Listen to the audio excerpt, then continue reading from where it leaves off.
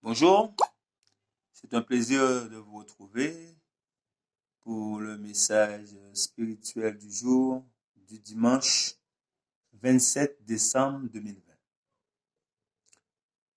La réalisation du plan divin.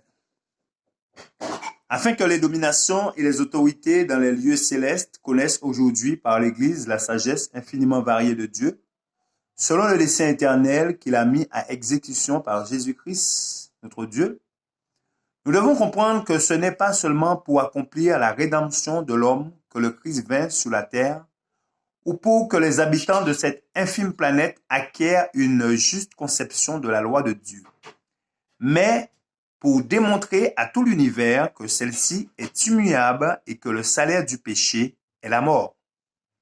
C'est un sujet infiniment vaste qu'on ne peut embrasser d'un regard. Puissions-nous tous saisir l'importance d'une étude approfondie des Écritures. Beaucoup de personnes semblent croire que notre terre et les demeures célestes constituent l'univers de Dieu. Nullement. La foule des rachetés ira d'un monde à un autre et une grande partie de leur temps se passera à sonder les mystères de la rédemption. Pendant toute la durée de l'éternité, ce sujet sera présent à leur esprit. Les privilèges de ceux qui auront vaincu par le sang de l'agneau et la parole de leur témoignage dépassent toute intelligence. Chacun de nous doit lutter contre un ennemi déjà battu. Commencez immédiatement le combat en remportant des victoires sur vous-même. Ne donnez pas prise au diable. Jetez tout le poids sous votre influence du côté du Christ. Quand vous regardez à la croix du calvaire, vous ne pouvez douter de l'amour de Dieu et de son désir de sauver. Des mondes innombrables lui rendent hommage. Le bonheur des cieux et de tout l'univers n'aurait pas été altéré si Dieu avait laissé périr notre monde. Mais son amour pour la race déchue était si grand qu'il a donné son Fils bien-aimé afin de la sauver d'une mort éternelle.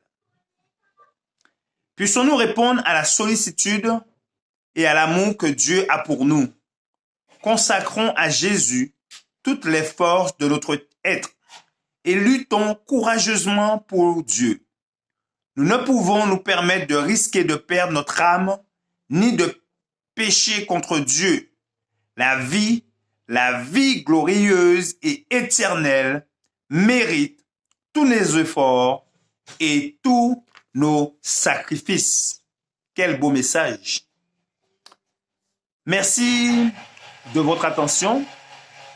C'était le message spirituel du jour, du dimanche 27 décembre 2020.